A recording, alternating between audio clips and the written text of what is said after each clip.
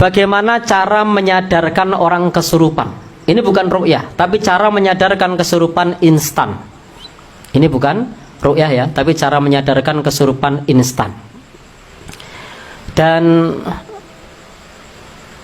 cara ini ada yang bilang ekstrim, tapi cara ini paling cepat. Cara ini paling cepat.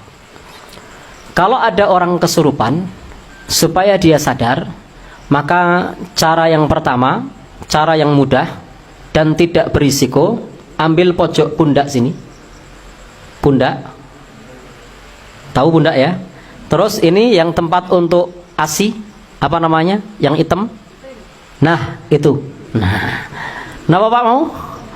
Nah, itu. Aku harus menyebutnya orang tekan nih. Nah. Jadi antara posisi hitam dengan posisi pundak, ambil tengah-tengah. Nah, ambil tengah-tengah antara pundak sama posisi hitam, ambil tengah-tengah. Ingat, kalau laki-laki yang melakukan laki-laki, perempuan yang melakukan perempuan. Tidak boleh laki-laki melakukan kepada perempuan, pelanggaran. Maka saya tidak merekomendasi untuk praktek kepada perempuan. Tapi ditekan sini. Dua-duanya, kanan maupun kiri. Tekan pakai ibu jari, tekan pakai ibu jari sekuatnya. Ya, sekuatnya. Tentu kuat terukur ya. Nanti kalau kekuatannya yang biasa bela diri, patah tuh tulang. Jadi kuatnya adalah kuat terukur. Kalau saya orangnya kecil itu full energi tidak apa-apa. Jadi powerful tidak masalah. Tapi kalau yang orangnya gede-gede begitu, yang badannya tinggi begitu, jempolnya gede begitu, bela dirinya mateng begitu, tekan sekuatnya ya patah. Jadi apa, terukur. Kalau dia sudah teriak, itu sudah sadar. Nah, itu sudah sadar. Ingat, ini baru sadar. Jinnya masih di dalam, tapi sudah bisa beraktivitas normal. Maka kalau di sekolahan ada kesurupan, itu salah satu cara yang efektif adalah evakuasi. Karena kesurupan itu menular ya. Kesurupan itu menular. Siapa yang ketularan? Tadi, yang tidak bisa menjaga 4 tadi, yang marah itu bisa ketularan, yang takut, cemas, sedih bisa ketularan. Siapa lagi tadi? 4, masih ingat? Yang 3, yang kasihan, bangga atau sombong bisa ketularan. Yang keempat apa tadi? Syahwat bisa ketularan. Tapi yang paling banyak, yang sering ketularan tuh yang takut, yang paling banyak. Baik. Jadi evakuasi. Setelah evakuasi, maka tekan saja bagian sini. Nah, tekan, panggil namanya, insya Allah sadar tidak sampai 5 atau 10 menit. Sudah sadar. Tidak, tanpa perlu di ruqyah. Yang kedua, cara yang kedua, itu bisa ditekan di urat lehernya. Ditekan di urat lehernya. Tapi ini harus terukur. Kalau belum profesional, tidak hati-hati, berbahaya. Harus terukur. Diambil 3 jari di bawah daun telinga, terus ambil yang sejajar dengan daun telinga bagian belakang, lalu ditekan. Ingat, jangan di sini, nanti mati. Ya, maka ini kalau tidak hati-hati bahaya, apalagi kalau pakai jilbab. Karena dalam SOP ruqyah, jilbab tidak boleh dilepas. Kalau SOP polisi itu dilepas. Karena saya sering nangani sama polisi, Pak. Itu biasanya sama Pak polisi dilepas SOP-nya dan dikendorkan. Kalau SOP dari polisi. Kalau saya ngeruqyah itu tidak melepas. Tapi kalau dilepas Pak polisi, masuk aku Arab ditutup Pak anu mah. Diseneni aku monggo. Nah, ya, biasanya kalau ada kesurupan di sekolah itu Pak polisi datang.